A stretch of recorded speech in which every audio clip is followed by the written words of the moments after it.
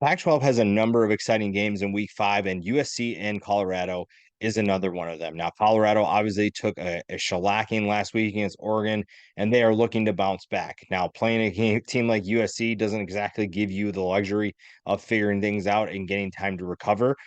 It's arguably more challenging. I think that this offense is extremely explosive and it's going to give Colorado plenty of troubles, especially a defense that's giving up over 475 yards per game, 33 points per game. And we saw last week that they will get exposed. There's a level of depth that Colorado doesn't have, and facing a team like USC could present challenges. That's not to say that they can't create some exciting plays. We'll talk about that more in a little bit, but Colorado definitely has their hands full for the second week in a row. The first thing we have questions about for both teams is, can anyone play defense? Yeah, we talked about Colorado and their struggles last week. Obviously, we all knew that was coming. Objective people saw that coming. Didn't really have to buy the hype to be able to understand what's going on with Colorado. Still a lot of talent on that team that can be utilized, but there are definite flaws on the defensive side of the ball. Over 33 points per game scored against them. USC is not exactly elite either. Alex Grinch continues to struggle to get his team to play at a high level. And right now, this is the group that's holding USC back or will hold them back in the future. They're giving up 22 points per game, and Caleb Williams can't do everything. No matter what anyone thinks, yes, he's really good, but yes, the biggest thing, USC is averaging 55 points a game. That is not a sustainable pace. That is not something that will continue. You cannot keep outscoring teams because there are other teams in this conference like Washington State, like Oregon, that will be able to outscore you. And if you are not careful with the football and your defense can't do anything, or if your offense has an off game, this Pac-12 conference shows that you can slip up and teams will take advantage of that. And that includes a team like Colorado. Now, what are the odds of Colorado pulling off a stunner? Pretty low, especially after what we saw last week. The fact that they were able to move the ball as inefficiently as they did against Oregon's defense says a lot about their flaws on the offensive line, too. So the defense has issues, but also giving Shadur Sanders time to throw is a big question. I think that this game has so much appeal, though. Had this game come before the Oregon game, this would probably be one of the most hyped games coming into the college football season or coming into that week. You have Hollywood versus Hollywood, essentially. You have LA versus Coach Prime. You have everything that you need in terms of off the field. It's just that you lost a little bit of that flair because of the absolute beatdown Colorado took last week. And now Colorado and Coach Prime are Dion's not going to let them hang their heads and sulk about this. They are moving on. They're going to find a way to compete with USC. And I think they'll find more success against the Trojans defense. Yes, USC has plenty of talent up front that will give them a lot of trouble, which is the biggest thing Oregon did. But I think that you're looking at a team that can be much better in terms of moving the football. You're not going to have just 21 yards of offense at halftime or 39 after 40 minutes of play.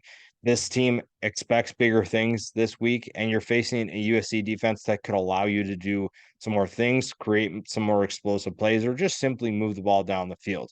Containing the quarterbacks will be the biggest things for both sides. There's a lot of similarities in what these defenses need to do. Whether or not they're actually the same is the question, and I think it's a pretty easy answer to that. But you're looking at the top task for both defenses containing the quarterbacks. Caleb Williams is a magician with the football in his hands, and honestly, I don't see Colorado stopping him that much. We could be looking at an absolute insane game from Caleb Williams, one that could break a lot of records because of the struggles of Colorado, but also what Caleb Williams is capable of doing.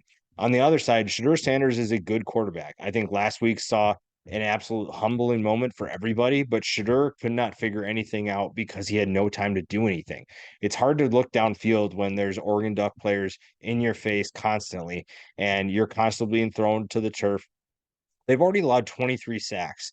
That's 132nd. The only team with more is Old Dominion at 26. This team needs to figure out how to give their elite playmakers more time to throw, and Shadur is one of those guys. And when you give Shadur Sanders time to throw, you're looking at a team that plays a lot better. And we saw that in the first 3 games, and then we saw what happens when you don't. Even in those first 3 games, we saw times where Oregon or Colorado did not give him time to throw and drive stalled. They were not able to move the ball down the field. They weren't able to put points on the board, and then they had the punt.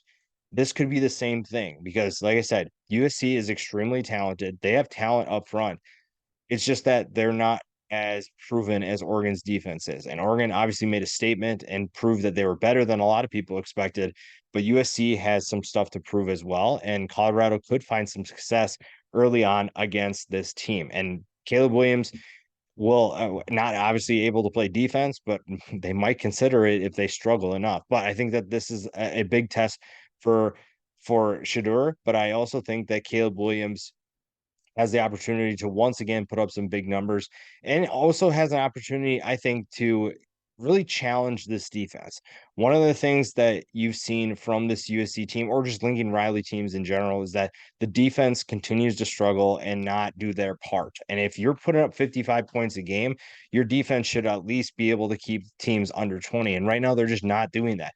Arizona State last week, they weren't able to give Caleb Williams enough of a cushion. So yeah, it's almost like if you're a fan, you're excited because you want to watch Caleb Williams play, but also if you're a USC fan, you don't want to see Caleb play that much against bad teams. Arizona State scored 28 points against USC, and USC had to score 42. This is an Arizona State team that put up 0 points against Fresno State. So that needs to change. Caleb's really fun to watch, but I think that USC fans would rather not see him do all of the work. And that comes down to the defensive side of the ball. The offense loaded.